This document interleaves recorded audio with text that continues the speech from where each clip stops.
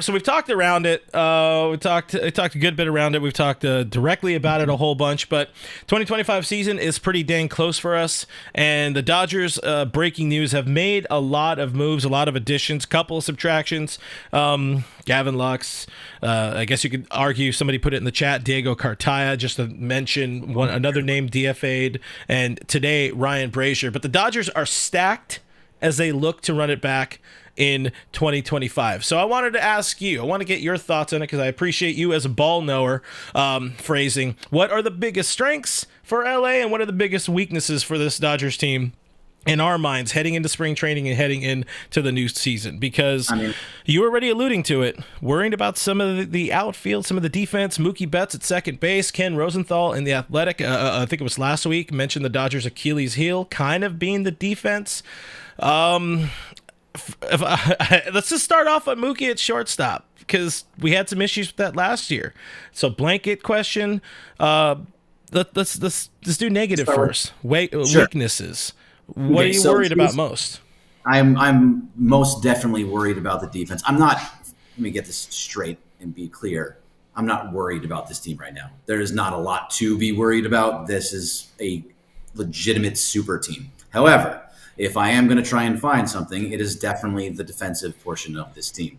I also do not believe in any sense that Mookie Betts will be playing shortstop. I think Mookie Betts is going to be the starting second baseman. I just can't see anything else possibly happen. You have Miguel Rojas and you have Tommy Edman. Tommy Edman is much better as a shortstop, and if not, when he's not playing a shortstop, you can have Miguel Rojas there. You don't need to play Mookie Betts at short. However, if Mookie Betts really wants to be the best shortstop in the league, I believe that Mookie Betts could be the best shortstop in the league because of his athletic abilities, because he's had so much time in the offseason to learn the position, because he will have so much be at that point and have an entire spring training instead of 3-4 days before the season started like they did last year because Gavin Lux couldn't figure it out. However, so I don't believe he's going to be there. I think he's going to be the second baseman, even opening day. Really? You think they pull the plug that quick again? I don't think they're going to pull the plug. I don't think he's actually going to play that position. I don't see why. I think they said that he's going to be the shortstop, and this is purely speculation, of course. I think they said he was the starting shortstop so they could raise the value of Gavin Lux and move him. They now moved him.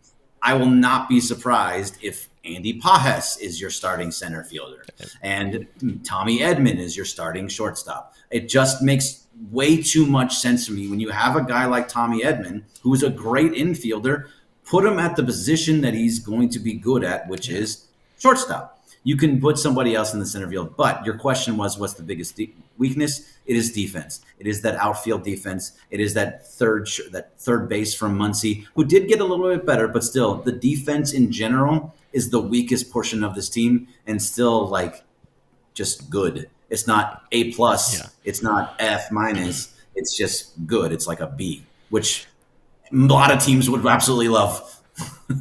Yeah, it's we're looking at our steak cooked to like 162 instead of 160. You know, like there's we've had seasons, we've had years, we've had lifetimes where we've complained about a whole hell of a lot more when you're talking about this Dodgers team, but. Yeah, if it's just a defense and the defense is mid, they're okay, they're major league average. All of the insane amount of arms, all of the slug that this team has is going to help kind of cover some of those issues. And the good thing is, you mentioned Miggy Rowe, who is your starting shortstop. I would be that one. I would be jaw on the floor shocked that they do end up not going with Mookie, just because they've said it, they've doubled down, they've tripled down, and I'm not throwing you under the bus on this. I'm just like, they said it so much. On the other hand, Dodgers aren't always the most, forthright with us, and not always very, very truthful at times. And I could also see, trying to drive up the price of some of your talent on the roster. But yeah, I mean, Mookie at short, it had its moments of being okay last year. It had a lot of its moments of not being all that great. And to say that you're trying to run it back, you're trying to become the first team in what is it, almost 25 years. We'll say 25 years. There it is. Try to become the first team in 25 years to run it back. And you're putting your all-star right fielder, who's now decently into his 30s, and move him to shortstop permanently or full-time for the first time since he was a child. It's definitely interesting. And Teoscar Hernandez, it's a choice. That was a decision. Teoscar Hernandez, not always the most defensively gifted outfielder. Right field, definitely his best spot. Tommy Edman he was fine in center field for sure, but has 68, I think it's 68 career games in center field. He is not, an outfielder by any stretch of the imagination. So I agree with your take there. I would rather probably see Tommy in the infield where, oh, by the way, he's a Gold Glove Award winner at second base, but you add Hae-Sung Kim. What does that look like? The outfield to me kind of feels like sort of wait and see. If anything, the whole defense for the team is sort of like a wait and see. Like early in the season, I'm going to be watching Mookie Betts because my assumption, my gut tells me they're going to try Mookie at shortstop, and maybe they can get 1 or 2, maybe 3 seasons out of him at shortstop, and hopefully somebody's come further along. More likely scenario is something closer to what you're kind of saying. I don't know that he's not the starting shortstop, especially with the shortened spring training and Tokyo series and all of that. But it's nice to know Miguel Rojas is there. You have yourself a platinum glove caliber shortstop just kind of chilling, being like, hey, if you need me, I'm going to be in the back. I'm taking my break right now, Underdog Fantasy, because it's the easiest place to play all your fantasy sports, and it's now proudly helping support us here at the All Dodgers podcast and all 9,100 plus subscribers we do have. If you want to make some picks on your favorite sports, Underdog Fantasy offers a unique approach to fantasy sports with a simple pick'em style format, so it's easy even for idiots like me, although Greg will tell you shortly, maybe it wasn't too easy because I did some panic picks just a few minutes ago, but I'll say I do want to play with people smarter than me as we get closer to the season. But anyways, here's how it works. You just pick higher or lower. What does I say? Higher or lower between 2 and 8 players any day, and you can win up to 325 times your entry. That's as 100 to X. With us and our promo code right here, it's 325X. You use that promo code, all Dodgers. New users get a free pick and up to $1,000 in bonus cash, which is just as good as money. Again, these picks, not very good picks. I only did 2. I was in a hurry. I did this like minutes before the show, and I failed everybody. But you guys can be better than me as long as you use that promo code. Sign up at UnderdogFantasy.com today. Download the app or click the link in the description below. Please do use that promo code ALLDODGERS for your free pick and up to $1,000 in bonus cash. Thank you for hearing me out, and let's get back into it. Let me ask you a question. So we talk how great this Dodgers front office is, how great the team is, top to bottom, all the way through. Do you think that they would be this stupid to play Mookie Betts at shortstop, who has never played that position in his entire career? Do you think that front office, who wants positionality and wants somebody behind the next guy, would make Mookie Betts learn this position in the offseason, in spring training, to give him a shot at shortstop when you have 2 legitimate shortstop on your roster in Tommy Edman and Miguel Rojas, and even Hae-Sung Kim, who apparently can play all throughout the infield? Yeah.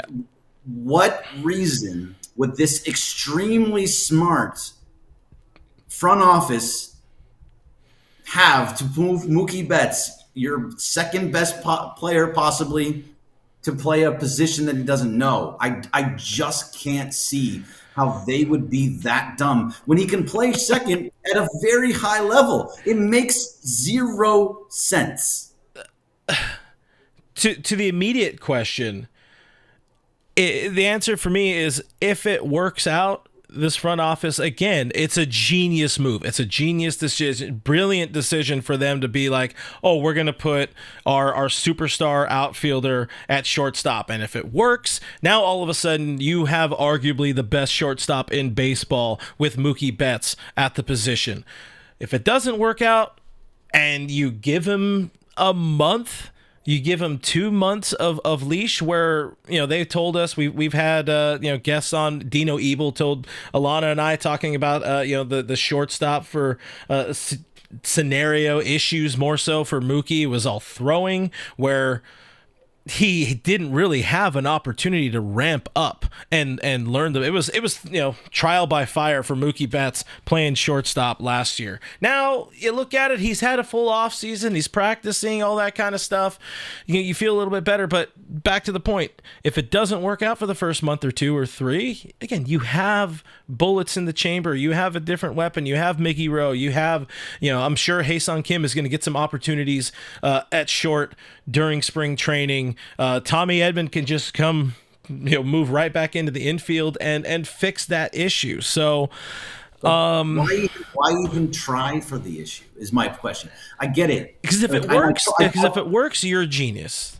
Why are you putting an if into the scenario at all when this front office is saying to you all off season that we don't want ifs? We don't want any ifs in our bullpen. We don't want any ifs in our starting rotation. We don't want any ifs in our outfield. So we have two. We picked up two. Like, we don't want any ifs for this team whatsoever. We want to have as complete a team as possible going into the season so they don't have to do anything at the trade deadline. I mean, Andrew Friedman really said, I don't want to do anything at the trade deadline. Yeah. So why go in with ifs when you don't need to? I get it. Mookie Betts is an incredible athlete, and he can absolutely learn the position, and he could be very good, and he very probably could be the best shortstop in the game like you're talking about.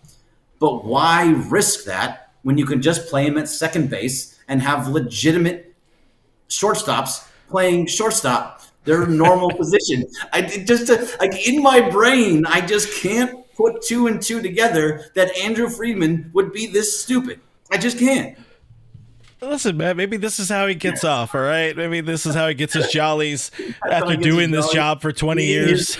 His second best player, rolling around, he's doing what he should. He's got his robe, he's got his water bottle, he's got a stogie, and he's like, fuck it, Mookie, shortstop, go.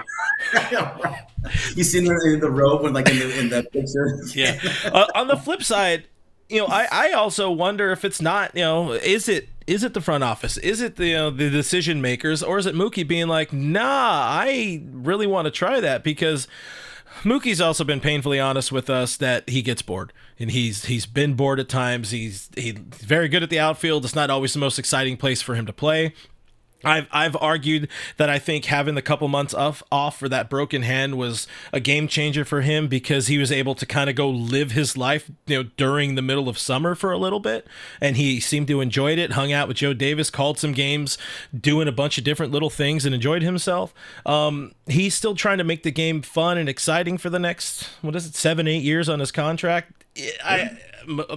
From what I've heard, from what I understand, Mookie is a fairly decent, kind of driving, motivating factor for Mookie being the shortstop. I doubt he can just kind of be like, hey guys, I want to do it, because also at the same time, I agree. It's like, how fucking, I don't know about stupid, but like, why are you creating this scenario where maybe you do need to deal with this tough question earlier in the season or something like that? So I get it.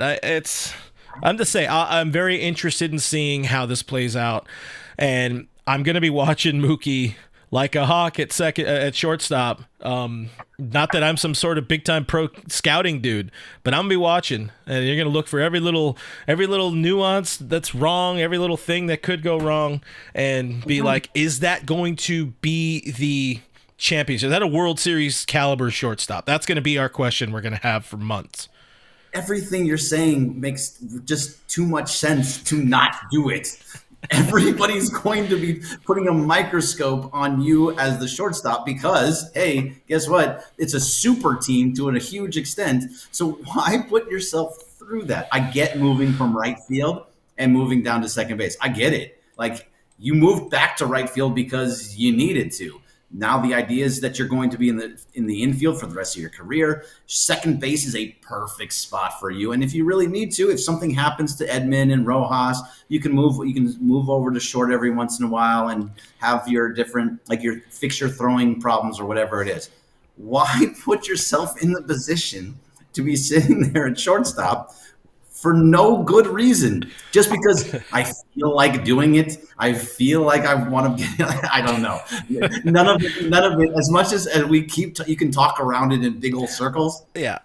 It makes zero sense. There's no reason at any point for Mookie Betts to play shortstop. Listen, I Sorry, agree. I agree with you, and I agree you with can't them. convince me otherwise. I am gonna be a fence rider on this as hard as I can, and it's the world's strongest fence. I'll be like, I told you guys, or I told you guys either way. But no, I agree with you. It's definitely, you're introducing a variable that you don't need to, but season's also very long. You can.